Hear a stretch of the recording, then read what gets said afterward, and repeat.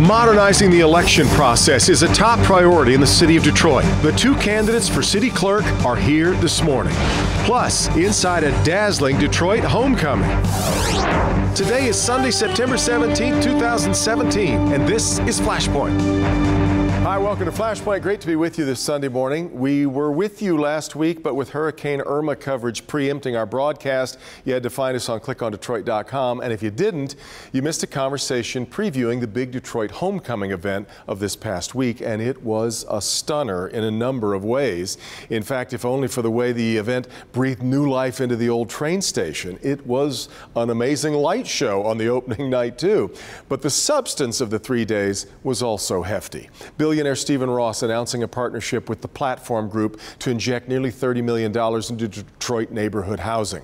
Native Detroiter and former CEO of Donna Karan, Jeffrey Aronson, going to work to create a fashion hub in Detroit. The event also saw the push for Amazon's second headquarters coming together. We're going to talk about all that a little later on this morning. But up first, I'm very happy to say that both candidates for Detroit City Clerk have accepted our invitation to be here face-to-face to talk about the issues in an office so critical to any city. The current clerk, Janice Winfrey, and her challenger, Garland Gilchrist, are here and up first this morning on Flashpoint.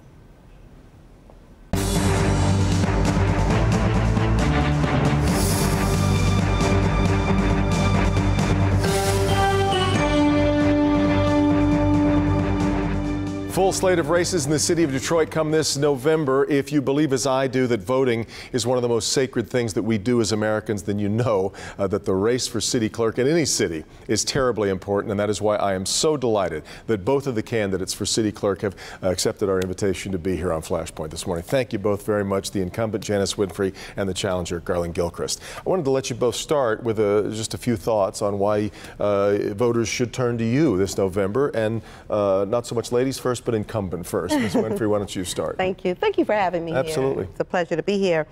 You know, I've been the clerk for the city of Detroit now for 10, 11 years, and I've administered 24 nearly perfect elections, right? And then 2016 November happened. And we realized that we made some mistakes in 2016 November. But we fixed those mistakes. We know that in 2016 we had decade-old machines. We had considered and looked at the quantity of poll workers as opposed to the quality of poll workers. But we fixed that. We fixed that. So in the primary, 2017 that we just had a month or so ago, we had 85% of our precincts were deemed perfect precincts. We had 100% results in by 10:30 before the 11 o'clock news, and our poll workers were highly trained. We bumped up training, we bumped up the quality of our poll worker, and we fixed our problem. 11 o'clock news is grateful for Absolutely, that, by the way. Absolutely. Garland, why should you be the one then that voters turn to this November? Well, I think that the election in November 2016 was actually a disaster, and that's no small thing. And it shouldn't take a disaster of an election to realize that we need to fix the voting process in Detroit and to make sure that voters can trust that their ballots are handled properly after they're cast, and make sure that the people who are working our polls are adequately trained. We shouldn't need the state to investigate and look into what happened in November to tell us that. I'm running for Detroit City Clerk to fix the voting process. I have a technical background, learning how to use technology to pull people into the political process, make it easy for them, and make it transparent so they know that their voices will be heard and their votes will be handled properly. I suppose some critics of you would say you're awfully young and that this is such an important role that it's no place for rookies. Well, thankfully, you know, I've been working on this for my entire career, been prepared to be your next city clerk. So I've been trained in technology from the University of Michigan. I've worked all across the country and in the city of Detroit, using technology to fix broken systems. And actually, we need fresh ideas. We need ideas like making sure that absentee voters know what happens to their ballot and receive confirmation receipts. I've been talking about that since the beginning of this campaign, and I want to make sure we have new ideas and infuse new energy into the political and voting process. Janice, he said that it was more of a disaster. I guess in the end, it ended up being a recount issue. We had 60,000 votes that weren't recountable, and I can remember at the time thinking, well, if they're not recountable, were they countable to begin with? Yeah, but explain the issue. Yeah, they were countable. They were counted. Initially, a recount is just that, it's a recount. And there was never 60,000 that weren't recountable. the news reported that based on what's going on now, it could be as many as. So the recount was canceled, as it should have been, because so it was a huge waste of taxpayers' dollars. So that 60,000 not recounted is a myth, is a fake fact. And but am I right, though, to say that a vote that is not recountable is a very troubled vote? A vote that is not recountable is just that. It's not recountable. It was counted initially. That has to do with our antiquated election laws that we're working with our state representatives right now. They've penned a bill and we're pushing it. When I say we, I speak to the Michigan municipal clerks. Well, let's talk then about the new technology and where you think voting is going. What is the future of voting, and how ready are we to be where we need to be so that we're ready when that's there? We did have new machines this past time. New machines that worked very well, thank God. Where voting is going, in my opinion, I think voting should be going in a direction whereby an individual can vote a ballot because they want to. In order to vote by absentee, they shouldn't have to meet certain regulations and requirements like they do now. They should be able to vote prior to election day. They can now by absentee, but a voter should be able to vote when it's convenient for them. I think voting is moving in that direction. Of course, when we talk about technology, Detroit is the only municipality in the state of Michigan whereby an individual can use their smartphone to cast or to order their absentee ballot. That's something that we've been doing, and I think voting is moving in that direction as well. Can we get to the point where we actually vote online? No, we're not there. Do you see us eventually? Is that a part of the future? Possibly. But not now. Not now. Carolyn, tell me a little bit about the future of electoral technology. I think, Devin, it's important that there are some basic things that the city clerk can do today to use technology to make voting easier and more transparent. Things like making sure we're using every available technology like text messaging to make sure that people are reminded of important deadlines, like the fact that the voter registration deadline is October 10th. That September is National Voter Registration Month.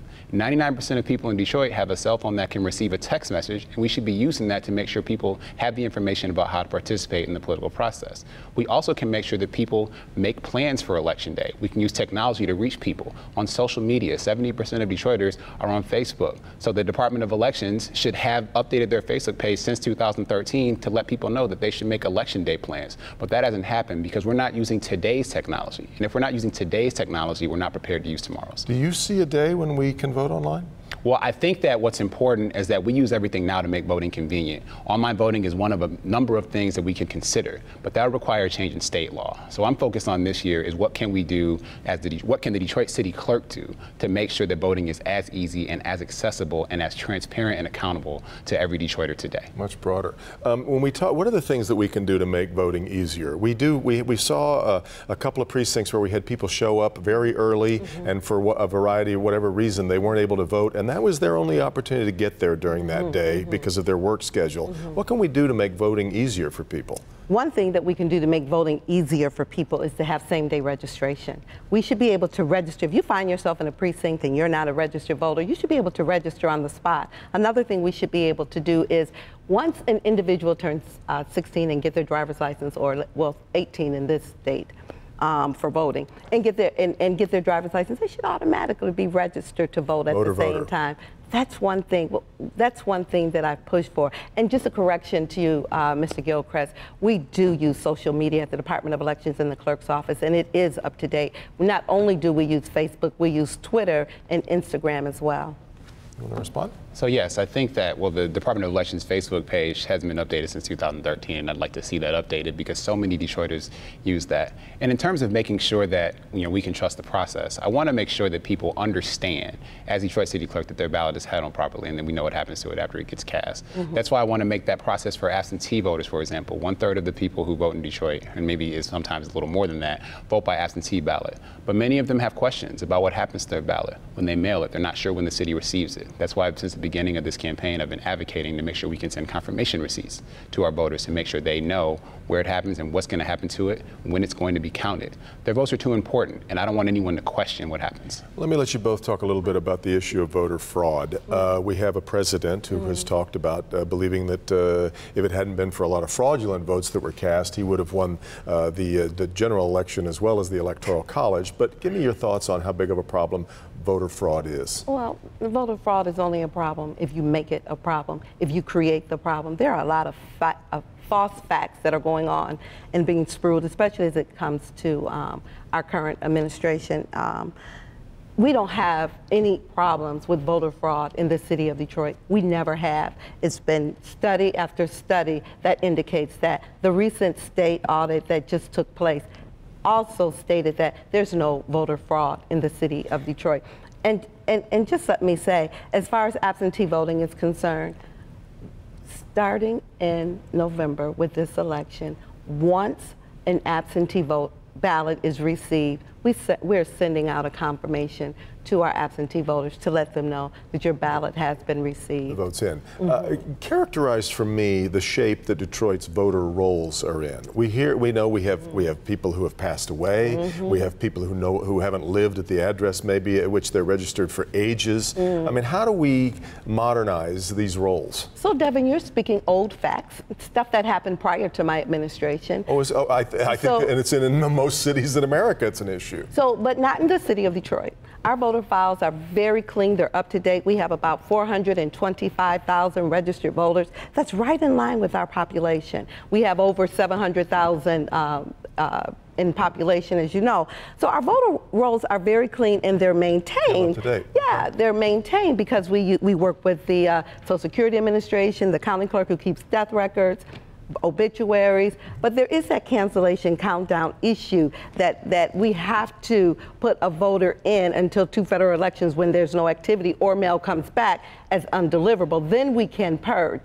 Garland, your thoughts on both voter fraud and the shape of our voter rolls in Detroit? Well, I'm not concerned with voter fraud in Detroit. I'm concerned with making sure that our rolls are accurate. I'm concerned that there are voters in Detroit who have described to me that their spouses have passed away more than a decade ago, and they still receive in the mail requests for absentee ballots in their spouse's name, which means that that spouse is still a registered voter in the city of Detroit. And that person can't fill out an absentee ballot application because they passed away. Our rolls need to be cleaned of those sorts of data entries. And that's a data and information problem that we need to solve by connecting our system to the federal government system for Social Security, to the county clerk system for issuing death records. And we just went through that with my grandmother when she passed away right before my campaign. And really, I think that it's important to make sure that we have these things be accurate. And I don't want a person whose spouse has passed away, who just buried a loved one, to have to make yet another phone call to the Detroit City Clerk. We have technology and computers so that we can connect systems and make things easy for people. Let me ask you both about, I think you both have given us a lot of thoughts on elections, but I was talking to a friend of mine this past week that said we need to remember that the clerk's office goes beyond elections. There's a lot more to do. For instance, if I want to know what the vote was on the city council on something this past week, I should be able to access that almost immediately. So let me ask you both about the broader, beyond elections, what you expect the clerk's office to do. Thank you for bringing that up, because when people think clerk's office, they only think elections. It's only a third of the job. As far as the city council that we clerk is concerned, right now, and this has been in place for several years now, right now the individual wants to know what actions were taken at city council former session. If they would like to go and review a city council session via audio, video, you can do that right now and have been able to do it for a number of years now in the clerk's office. If an individual wants to request some archive information, let's say you want to know what action City Council took in a City Council meeting in 1978. Right now, you can access that through our archives department, as we are the keeper of all official documents. You can get that via electronically, or you can come in and pick up a hard copy. We have always been a forerunner in technology as it relates to the city clerk's office. Prior to my getting here, if you wanted to know City Council agenda, you would have to ask for it, and it would be sent to you via the snail mail. Since I've been in office, that's an electronic piece. All you have to do is request it, and we can send that information to you via email, or you can go to our website and retrieve it for yourself. And your thoughts on the broader responsibilities of the clerk's office? Absolutely, Devin. I think the responsibility of being the public record keeper and making information about the government accessible and easy to obtain for Detroiters is critically important.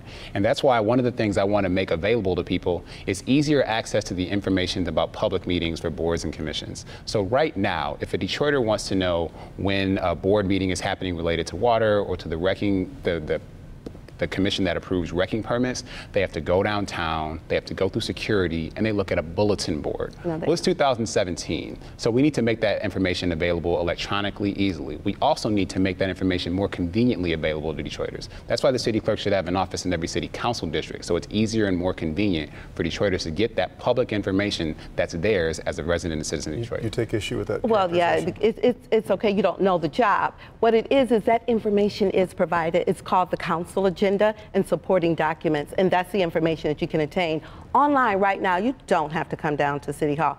Some people want to come down in City Hall, and some people like to sit and be a part of that process, but you certainly don't have to. All that information is available via online, the internet. Garland, you get the last word. Well, I appreciate that people want to come downtown, but I think that that isn't accessible to everyone. And that's why I want to make the clerk's office available in every community, in every city council district. And every board and commission meeting should be accessible to every Detroiter that has a public comment period, because I want to open the doorway to democracy and decision making in Detroit. Garland Gilchrist, Janice Winfrey, thank you both so very much for being here. Really grateful. We come back, we'll wrap up homecoming week in Detroit this past week. This is Flashpoint on Local 4.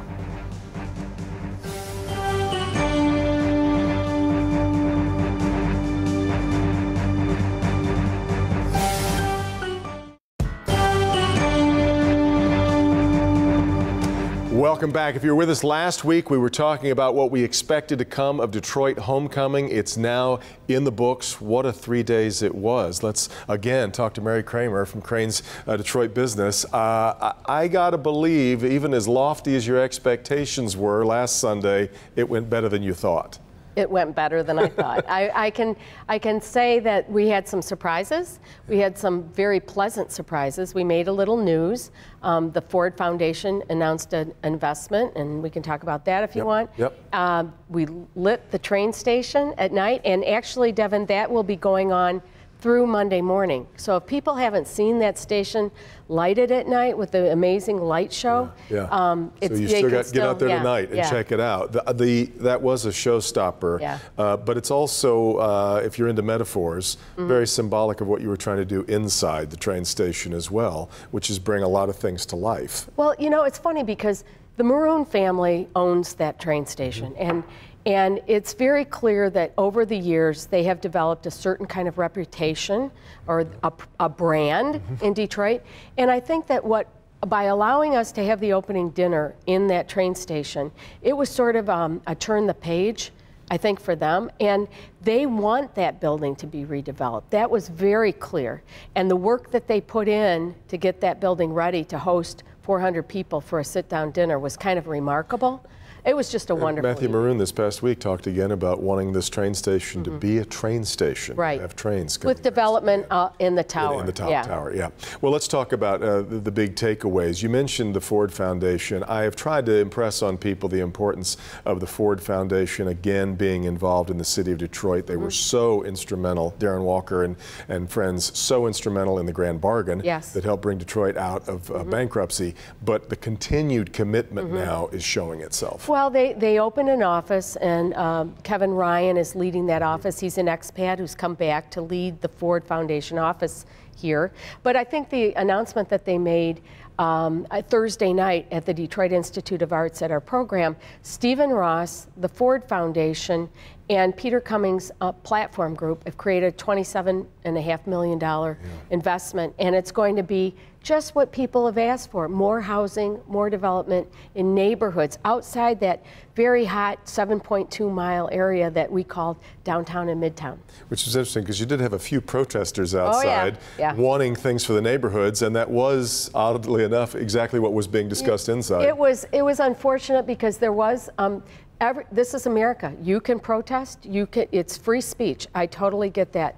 But I felt bad because the volume of a small group was drowning out the Mosaic Youth Singers who were trying to sing to Lily Tomlin. And Lily Tomlin and Jane Fonda have been all over the state trying to raise the minimum wage. So I'm thinking, really? That's interesting. Yeah, good point. Some of the other, give me some of the other big takeaways. We had I thought it didn't get quite as covered as much as I thought it would, but Jeffrey Aronson, former CEO of Donna Karan, announcing this effort to try and create a fashion hub, high-end fashion hub in Detroit. That is probably the biggest news out of the entire event. Jeffrey Aronson grew up in Detroit. His family owned Carl's Chop House, and he worked there. You know, it was family-owned business. He went off, became a lawyer, went to New York, series of positions in the fashion industry. You mentioned one. He's also was the CEO of Marc Jacobs and one other big fashion house. He connected with Mayor Duggan. He came the first year. He was so intrigued by Detroit. And he connected with Mayor Duggan earlier this year and actually developed a business plan for creating not just fashion, but apparel and even bringing in the automotive sector as well to create it's all about style. Manufacturing, not just design, manufacturing, cut and sew, all those things here. So it's made in America. And this morning I met with two guys who were part of the Aronson contingent. They're venture capitalists. They invest in brands. And the two the two companies that are connected to this effort first are Detroit Denim, which is pretty well known. Yep. And Tommy Walker's Detroit versus Everybody. Oh, yeah. So the mayor wants a plan by February, and the mayor has introduced Jeffrey to a number of different people in town, but he has the cachet and the connections, I think, to bring so much back to Detroit. Yeah, well, and the other person that quickly that we wanted to make sure we get to, Stephen Ross, who has shown a real, owner of the Miami Dolphins and name very familiar to U of M fans for what he's done over there with the business school, but showing a real commitment to being here. Yeah, Thursday night we had a fabulous program at the DIA. Dan Gilbert, who's a frustrated talk show host. I mean, let's just, no doubt about it. is it? So no doubt about it. He had a talk show. I mean, he had it set up on stage like this. He was interviewing Draymond Green. He was interviewing Stephen Ross. And after that program, there was a reception that the Davidson Foundation pulled together. And at that reception, Ross, who has been sought after by the mayor so many times, get involved in the city. They not only announced that investment, he said that's a small thing. I am going to get engaged.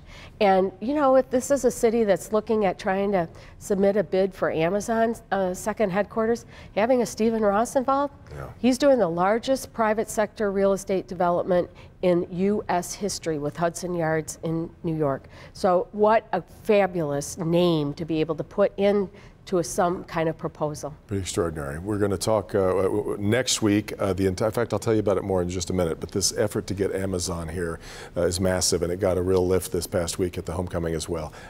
Fantastic couple of days. It was. Congratulations on another great event. And I have to thank the Crane family because of their commitment and all of the funders. We could not do this without the foundations and the corporations. We're all there. We'll wrap things up for Flashpoint right after this. Sorry, I hit it. No, it's very